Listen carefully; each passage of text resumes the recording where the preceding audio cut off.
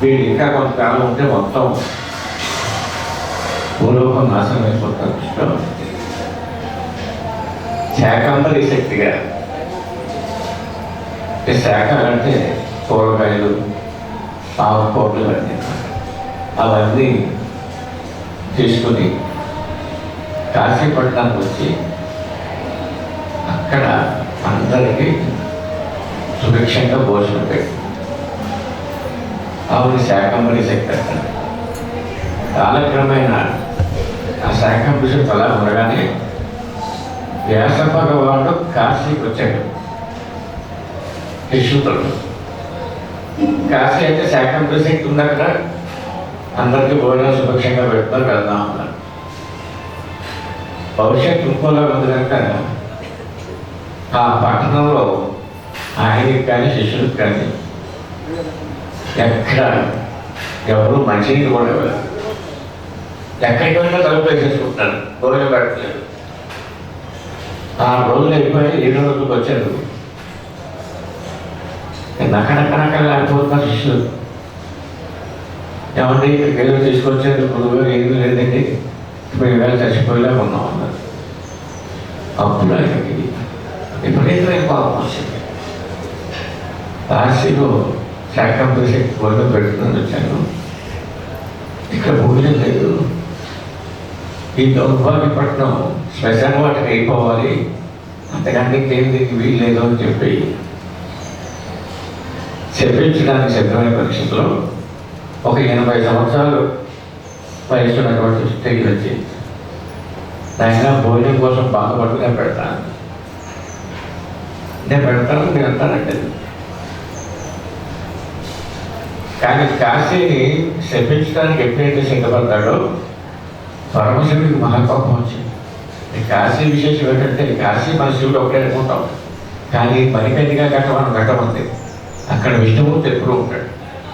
మణికర్ణికా ఘట్టంలో శ్రీ మహావిష్ణువు పూర్తిగా ఉంటాడు, అంతర్గతంగా ఆయన ఉంటాడు, బహిర్గతంగా పరమశివుడు ఉంటాడు.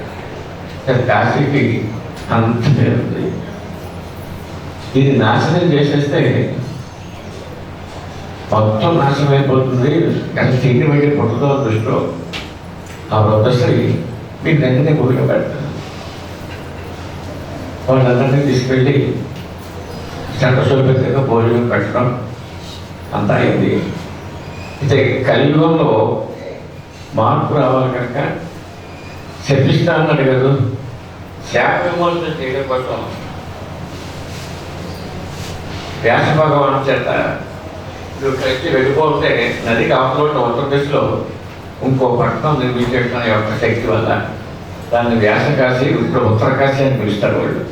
ఉత్తరప్రదేశ్లో ఉత్తరకాశి. ఇప్పుడు కలియుగంలో పరిపాలించే మహారాజు కోట కూడా అక్కడే ఉంటుంది. ఉత్తరకాశీలో వేళ వెళ్తే మీరు కాశీ ఇటుకేసి చూస్తాము, నడ్డ అటుకేసి వెళ్తే ఇంకో కాశీ ఉంది, అది ఉత్తరకాశీ అంటారు. వాళ్ళు చదువుకున్నవాడు వ్యాసకాశి అంటారు, మామూలుగా ఉత్తరప్రదేశ్ ఉందని ఉత్తరకాశి అంటారు. అక్కడే ఈ వేళ కూడా మహారాజు గారి కోట మిగతా మంది ఉంటాయి.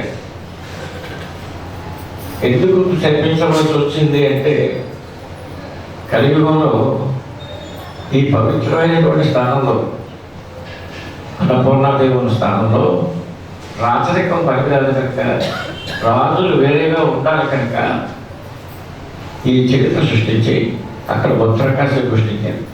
కానీ మహారాజు కలియుగంలో అక్కడి నుంచే పరిపాలించారు. ఏదో మీకు చెప్పిన దీపావళికి కానీ ఎప్పుడో ఒకసారి వచ్చి కాశీకి రావడం, మిగతా అప్పుడు ఉత్తరకాశీలోనే ఉంటే పరిపాలించారు. అది కాశీ యొక్క చరిత్రలో విశిష్టత. ఇందాక చెప్పారు, పరమశివుడి చేతితో బ్రహ్మదేవుడి యొక్క కపాలం పడిపోయింది, అదే బ్రహ్మకపాలం అన్నారు. పార్వతీ పరమేశ్వర వివాహం అవుతుంది. పంచముఖ బ్రహ్మ గారు 4 వేదాలు 4 ముఖాలు చెప్పండి, 5వ ముఖం ఏం చేయక పార్వతీదేవిగా చూస్తూ కూర్చుంటాడు. వెంటనే పరమశివుడు కోపం వచ్చి ఒక తొక్కు తొక్కేశాడు, చేతిలో పురుడు అయిపోయింది. పిచ్చెక్కిపోయింది, ఇదేమిట్రా బాబు, పెళ్లి చేసుకుని వెంటనే చేతిలో పురుడు ఏమిటి అనుకున్నాడు. ఇంతలోకి కారణం నాన్న మనిషి వచ్చి ఇది పోవాలి అంటే ఎవరైతే నిర్లక్ష్యంగా నీకు భోజనం పెడతారో అక్కడ పడిపోతుంది అన్నాడు. సరే చూద్దామని చెప్పి ముందు పెళ్ళాం దగ్గరికి వచ్చి భౌతిక భిక్షాలు దిగేస్తాడు. మొగుడు అడుగుతున్నాడని పెట్టేది ఇంకాను ఏంటి ఒకరోజు కూడా కూర్చోవాలి, అందరూ మూడు అయ్యా నాకు భిక్షం పెట్టవే అంటాడు. పెద్దపోయి జనరల్గా డాక్టర్ ఆ సింహాసనం చేసి జాగ్రత్తగా భోజనం పెట్టి చూసాడు పడిపోతుంది. మొత్తం అధిలోకాలు తిరిగాడు, ఎక్కడ పడిపోవట్లేదు. నాలుగు వచ్చాడు. మహావిష్ణువు బయటకు వెళ్ళిపోయాడు. లక్ష్మీదేవి నువ్వు లక్ష్మీదేవి తెచ్చుకుంటున్నాడు. నారదవంశంలోనే మా బావులో వీళ్ళు ఉన్నారు.